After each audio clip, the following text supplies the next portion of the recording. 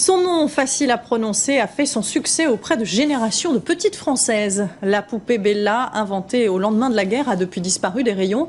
Mais des passionnés ont décidé d'ouvrir un musée qui lui est entièrement consacré. À Perpignan, Romain Gouachon et Julien Deniel. Oh, une poupée? Elle a été serrée sur le cœur de millions de petites filles. Chic alors, c'était justement une poupée que je voulais.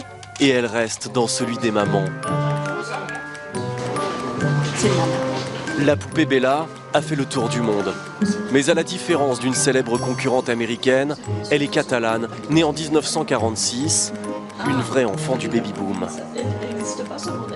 C'est une poupée qui date des années 69, que j'ai gardée précieusement. Je voulais être sûre que c'était une poupée Bella, donc il n'y a pas de souci.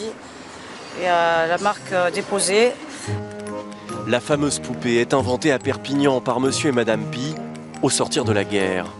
Mais celui qui a fait vivre et survivre dans son musée Madame Bella, c'est Jean Sala, 82 ans, entré dans l'entreprise en 1948. Bella, c'est le bébé de tout le monde, mais c'est surtout le sien. Il n'y avait pas une seule famille dans le département qui n'avait pas un de ses membres qui était employé de chez Bella.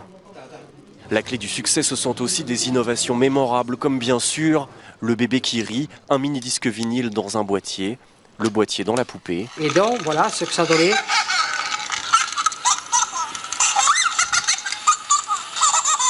Et fin du fin, un regard à tomber. C'est une pupille avec des spirales. Quand vous tournez la tête, vous avez toujours le regard vers vous. Dans n'importe quelle position, la poupée vous regardera. Un regard qui, d'innovation en innovation, a même envoûté le tube cathodique.